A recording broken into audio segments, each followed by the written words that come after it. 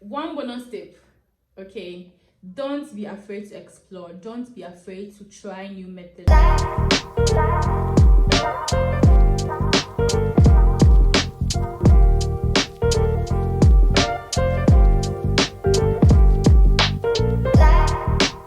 Welcome back to another edition of the Chef Lifestyle, where we talk about food and food blogging. So on today's video, I'm going to do a very requested video from my Instagram. A lot of people have been asking me, how did you start?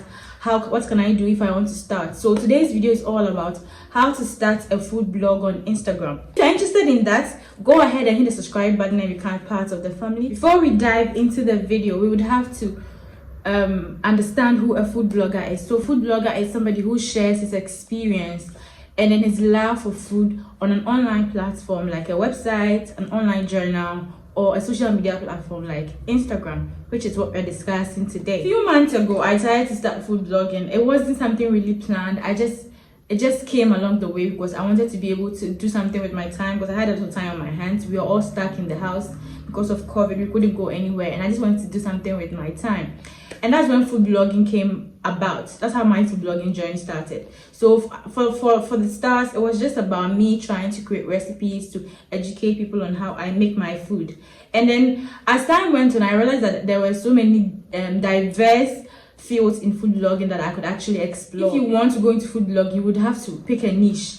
And I know that a lot of you have heard niche. And what is niche? Niche is like a very specialized area for you. And then trust me, once you're starting, if you have a niche, it's good for you. But don't put too much pressure on yourself to have a niche, okay? You can just start with just exploring what works for you. But having a niche is a way for you to be able to find the right target audience, find the right community, so that you wouldn't be just going back and forth with your audience or your followers. So let me give you the 3 different kinds of food bloggers that we have. There might be more, but these are the ones that I'm going to talk about today. The first one is food content creator. So a food content creator, I'm a food content creator. It's somebody who owns or creates the recipes, the pictures, the videos. Everything that you do is by you. You do it yourself. You share it on a social media platform or a website. You own the works that you're posting. Next one I'm going to talk about is a food explorer. A food explorer is somebody who just goes around and visits restaurants, cafes, events, and then just kind of take pictures and then talk about the food as a form of review or just as an aesthetic thing for their Instagram. And the final one is food reposts. So even if you're a food reposter, you're a food blogger, but then the thing is, you don't own the content. You look for quality food photos and videos and then you repost them, but the thing is, don't plagiarize. You have to give credit where credit is due. So if you take, I am a recipe creator, I am a food content creator, if you take my video and you post it on your Instagram, you're supposed to give me the credit because I am the original creator of it. So you can choose any of them, whether you want to be a food content creator, a food explorer, or just a repost page. You can combine 2 of them. If you start, you can combine them. As you go, you're going to find out which ones work for you, which ones to drop, and which ones you're going to use. So don't be too hard on yourself.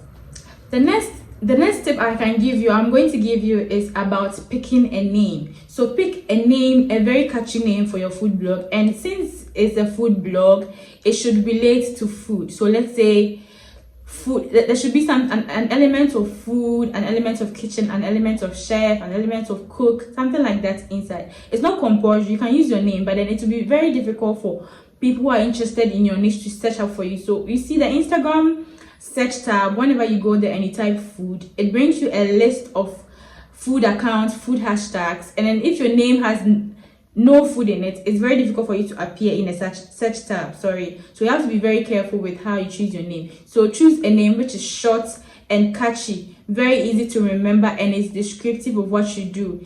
The next point that I'm going to talk about is creating an Instagram page. Of course, we are going to start our food blog on Instagram.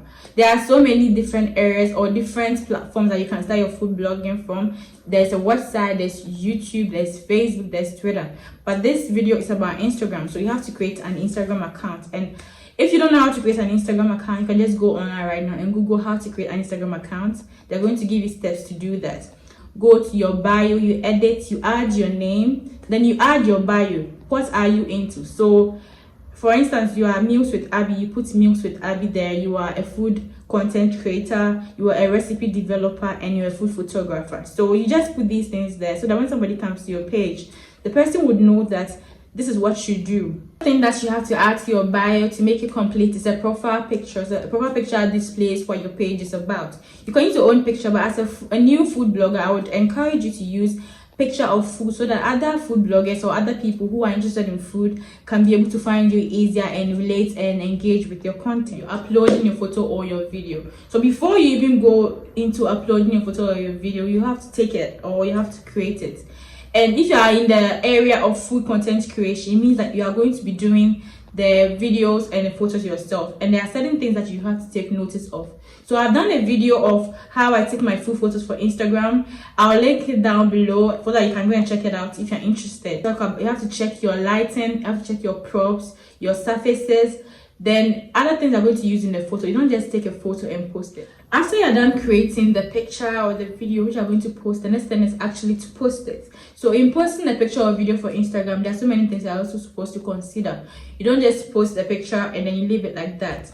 You would need captions to accompany your photo, your food photo, or your food video, and that's very important. Captions talk about what you've posted. If you've posted a bowl of rice and soup, you can just describe where the dish comes from. That's where storytelling comes in. You want more engagement on your post, you would have to ask a lot of questions. The more people engage, comment, like, share your post, the more Instagram pushes it to other people. The other thing is hashtags. So hashtag, it's a whole topic on its own that I'm going to treat on this channel. Just stay tuned, and if you want to know, just subscribe down below. So you have to add hashtags. You can add a maximum of 30 hashtags, and hashtags are like search terms, or they're just words that you add to your video or your photo to give it a wider reach. So for instance, if you post a food video, you can just add hashtag food video, hashtag recipe creator, hashtag food blogger.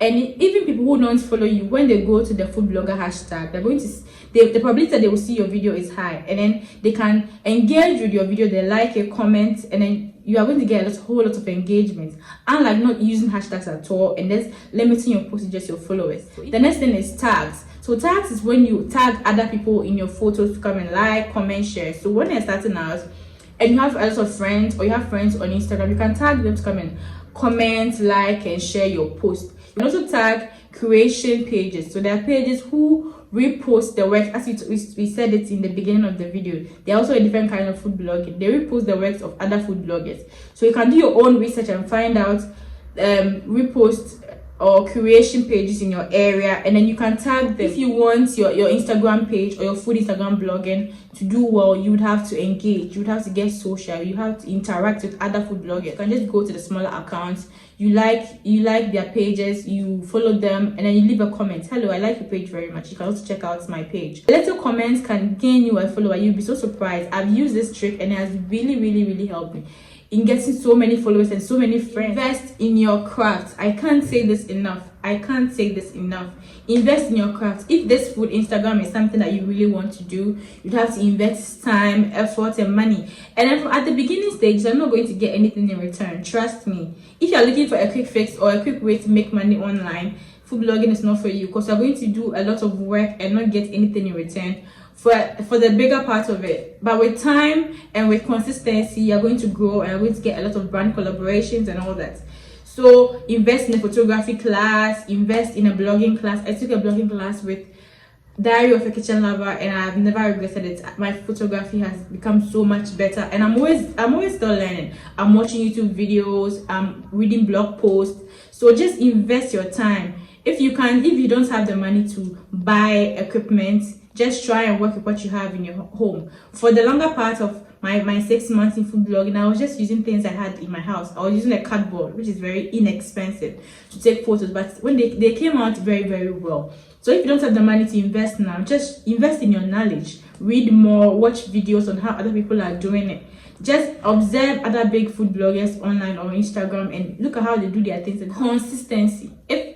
there's anything I can talk about, if there's anything that I can tell you today on this video, if you're going to take anything from here, it's consistency. Commit a regular posting schedule, and you can use, there's so many planners that online that you can use. I use the preview app to plan my post and then to arrange my feed so that it looks like how I want it to be. So my feed is not, my feed that you see, it didn't happen by accident. I've planned which post goes next, which post stays here, and how I want the overall look to be. And once you do that, people come to your page and they realize that you're putting so much effort and time into your post. And once they know that, they're also going to engage because they know you are investing your time into what you're doing. So if you want to post every day at 10 a.m., you just set a timer for preview, and then every day at 10 a.m. is going to remind you. Have a lot of posts and you might not get time the next month. Just try and even them out. So post once every week. Now your followers know that you post once every week, so they are used to that. But if you post constantly for about a week and then you stop for another week and another week, you post again, your schedule is not planned out, so it just makes your followers confused. The final tip I'm going to give you is to join a community or a network of food bloggers. I have a few ones that I join. I'm not really active there, but I'm hoping to become active very soon because it's a great way to support, to learn, and to engage with other food bloggers, other food lovers. And then they're just so supportive. Food bloggers are so supportive of each other because we know how hard the work is. We know how hard it is to come up with recipes, to film them, to take photos, to post them, to work on getting engagement. It's a whole lot of work in the digital space. A lot of people think that, oh, just because you're sitting at home and creating recipes or videos, it means that it's so simple, it's so easy to make. But trust me, nothing in this world is easy. Just because you see it online doesn't mean that it was easy to make. So one bonus tip, okay, don't be afraid to explore, don't be afraid to try new methods. We've come to the end of today's video.